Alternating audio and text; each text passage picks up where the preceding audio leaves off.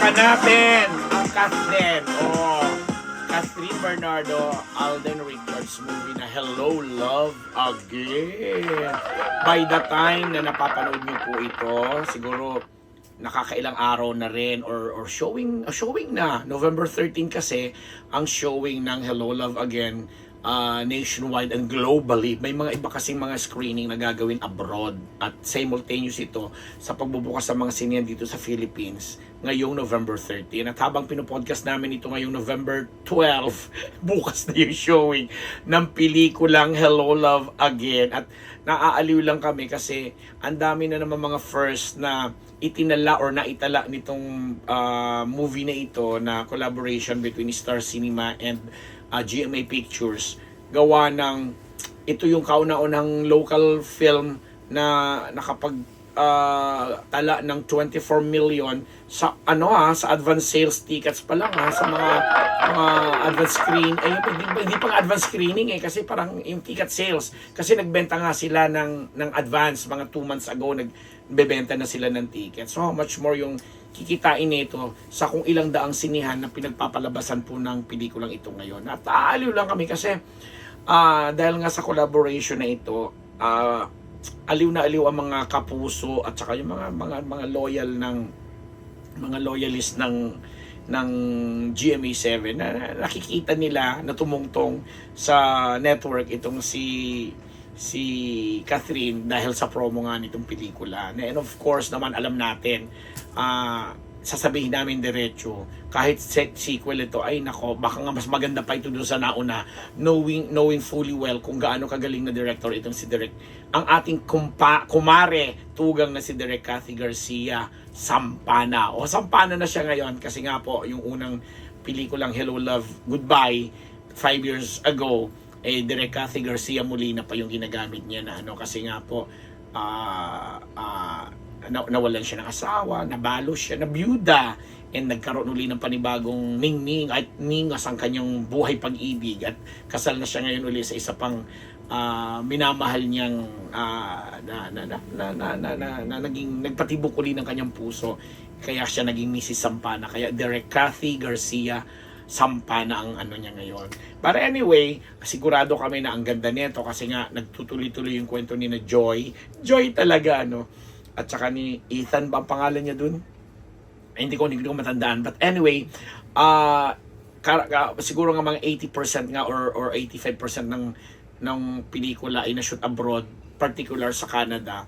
At ito nga pong inaabangan ng mga marami nating kababayan. Kaya nga siguro lumaki rin at dumami rin yung mga screenings global sa labas ng Philippines. At dito, alam natin na magiging box office yan. At yun nga yung pag-amin ni na Catherine at saka ni Alden na pressure sila gawa ng box office champion nga naman yung kanilang unang pelikula na nalampasan lang nung pelikulang Rewind na Ding Dong at saka ni na Marian, pero na umabot ng bilyon ang kinita. And sabi nila, makalapit man lang sana dun sa Hello Love Again or mapantayan, kung hindi man malalampasan yung box offices. Pero importante yung marami na naman daw po tayo silang mga supporters at mga tagahanga. Pati na yung mga hindi umahanga na sigurado mag-i-enjoy dito sa panibagong tambalan nila na kinagagalak namin kasi 'di ba ang dami natin chinichika na noon pa man kahit hindi pa tapos ang pelikula, nagsisimula pa lang, napapabalita na may something na deeper or more than sa kanilang relasyon, lalo pat si Alden ay naging kaibigan na niya yung mga kapatid ni Catherine na nurse at saka dentista, di ba? Tapos may pamangkin pa yatang engineer na ganito ganyan, and may mga common may mga common factors or denominators sila, kagaya ng kapatid naman ni Alden na isang OFW naman na gwapo rin pero nasa Amerika din. And naiyak nga siya kasi nung mapanood ko naman dito sa Kapuso Mo Jessica Soho nung nakaraang Sunday, talagang tuwan-tuwa din naman si Madam Jessica dahil talagang lalo na si Catherine na talaga namang big star ng Kapamilya Network ay nabigyan niya ng naging bahagi ng programa niya. Actually, yung napanood ko doon sa Kapuso Mo Jessica Soho last Sunday was one of the best episodes dahil andun yung episode tungkol doon sa Bini, ang galing-galing, plus yung episode nung nung nasa Montalban pa kami nung pandemic, yung tungkol dun sa baby switching, nagkapalitan yung mga baby, di ba?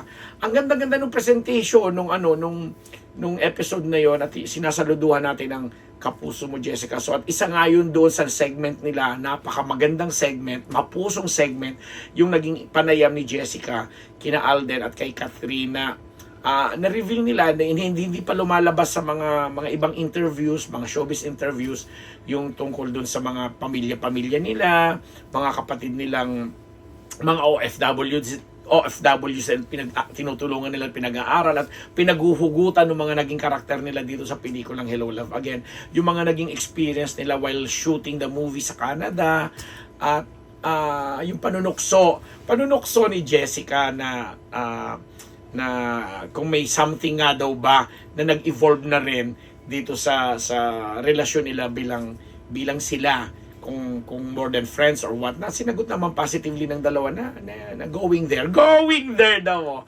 So yun, maganda mga kapamilya, mga puso, mga kapatid, na itong Hello Love Again, inaasahan natin talaga, at ito bago man lang maipalabas ang 10 official entries ng Metro Manila Film Festival, na talaga namang magbibigay ningas sa box office performances ng mga pelikula, local movies natin dito. Dahil sinasabi nga natin for the longest time na siguro swerte na ang isa o dalawang local movie na talaga namang umaabot doon sa vicinity ng 100 million na kinikita nila. And dito pa lang sa report na pinauna natin kanina, naka 24 million na agad yung sales ng kumbaga pre-selling pa lang, naka 24 million na. How much more pa nga pag nagtuloy-tuloy yung hahaba yung leg kumbaga nung showing.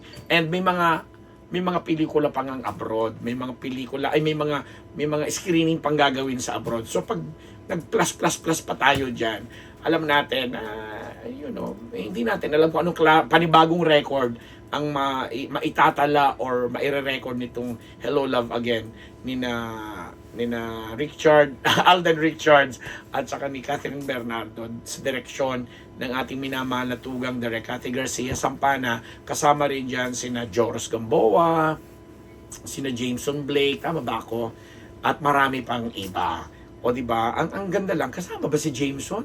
Hindi ko maalala. But anyway, pasensya na dahil natutuwa lang ako dahil masigasig ang mga promo, ang mga tours, ang mga campus, ang mga mall tours na ginagawa nila, mga interviews na pinauunlakan nila, at yung mga kung paano natin nakikita ang magandang friendship talaga at magandang samahan ng Kath din, na pinaniniwalaan ng lahat na siguro after ng movie, di ba, pag naipalabas na lahat, doon natin talaga malalaman kung yung mga pronouncement nila na deeper ang kanilang relasyon ngayon, more than friends or more than being friends, ay totoo. O di ba? Abangan natin yan mga katimang Unbettable dito sa Unbettable Channel. But ngayon pa lang, kino-congratulate na po namin ang mga fans po ni Catherine Bernardo, Kath din, mga fans ni Alden Richards, at lahat po ng naniniwala at lahat ng mga taga-subaybay at sumusuporta sa mga pelikulang dinidirect ng ating Direk Cathy Garcia Sampana, and mga iba pa pong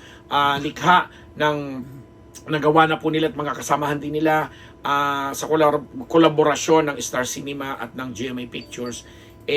Magandang hapon po, magandang araw po sa inyong lahat. Ako po ang inyong lingkod, Papa Unbettable Ambet Nabus, nagpapasalamat.